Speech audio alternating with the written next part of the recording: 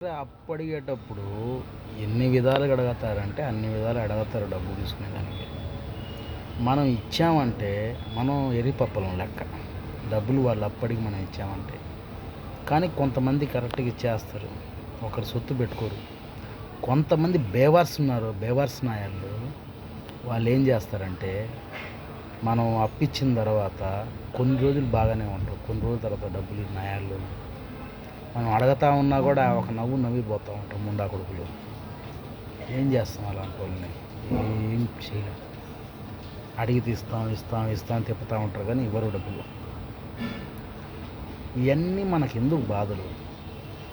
అడిగినప్పుడే లేదు అనేస్తే ఒక మాటతో పోయే వ్యవహారాన్ని వాడి దగ్గర ఇప్పించి వీడి దగ్గర ఇప్పించి ఇంకొకరి దగ్గర ఇప్పించి మనకు అవసరమా? అనుభవంతో చెప్తున్నాను. ఒక్క ముండా కొడుకు కూడా డబ్బులు ఇవ్వకండి. ఆ ముండా కొడుకు మనకి డబ్బులు నాయాలుడు. మళ్ళీ బొట్లు పెడతారు, పూజలు చేస్తారు, పునస్కారాలు చేస్తారు, ఇవన్నీ చేస్తారు. ఏంటంటే చేసిన పాపం కడుక్కోవాలని ఆ కొడుకులు చేసే పని అదే, ఇంకేం లేదు. మనం డబ్బులు అడుగుతా ఉన్నా కూడా ఒక నవ్విపోతూ ఉంటారు నాయాలు కొజ్జాలు. కాబట్టి అందరూ జాగ్రత్తగా ఉండండి. ఎవ్వరు ₹1 డబ్బులు ఇవ్వకండి.